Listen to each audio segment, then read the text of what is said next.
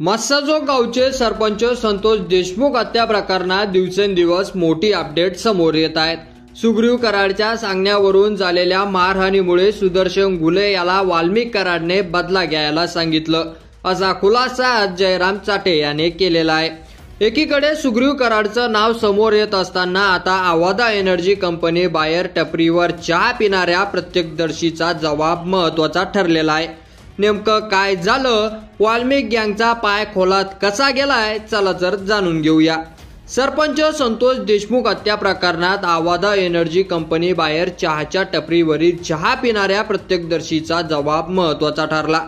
6 डिसेंबर 2024 रोजी दुपारी 12:30 वाजता सुदर्शन गुले त्यांच्या साथीदारासोबत आवादा एनर्जी कंपनीच्या गेटवर पोहोचला। या दरम्यान त्याने गेटवरील वॉचमनला शिवीगाळ केली। त्याच वेळी कंपनीचे अधिकारी शिवाजी थोपटे तिथे दाखल झाले।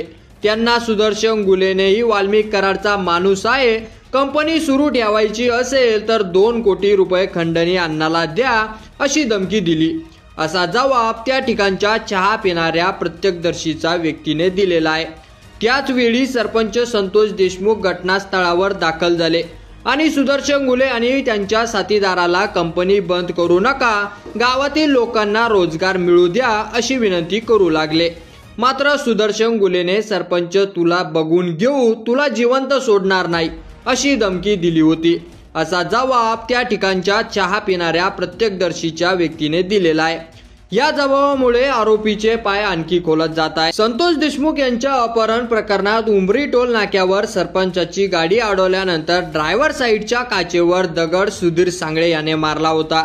दगड मारून संतोष देशमुख यांची गाडी अडवण्यात आली होती। त्यानंतर सुदर्शन गुले याने डाव्या बाजूचा दरवाजा उघडून सरपंच देशमुख यांना कॉलर धरून बाहेर खेचलं।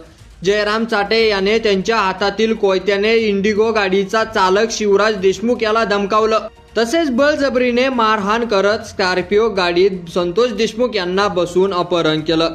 त्यावेळी स्कॉर्पिओ गाडी सुदर्शन गुले चालवत होता, अशी माहिती सुदर्शन गुले याने स्वतः दिली आहे। या संपूर्ण प्रकरणात सुदर्शन गुले, वाल्मिक कराड, सुग्रीव कराड आणि जयराम चाटे यांची नावे महत्वाची ठरत आहेत। प्रत्यक्षदर्शीच्या जबाबामुळे पोलिसांनी तपासाचा वेग वाढवलेला आहे। या टोळीने पूर्वीही अनेक गंभीर गुन्हे केले असल्याची शक्यता वर्तवली जात आहे आणि तसेच या हत्याकांडाच्या मुळाशी कोण आहे, कोणाचा स्वार्थ यात गुंतलेला आहे, याचा उलगडा होण्यासाठी अधिक तपास होणे गरजेचे आहे। पोलीस तपासातून आणखी कोणत्या धक्कादायक गोष्टी समोर येतात हे पाहणं सुद्धा महत्त्वाचं ठरणार आहे। की यावर तुमचं मत आपल्या कमेंट बॉक्समध्ये लिहायला अजिबात विसरू नका आणि असेच नवीन व्हिडिओ पाहत राहण्यासाठी आपल्या मराठी एल्गार या यूट्यूब चॅनलला सबस्क्राईब करा। व्हिडिओ जर आवडला असेल तर जास्तीत जास्त शेअर करा। धन्यवाद।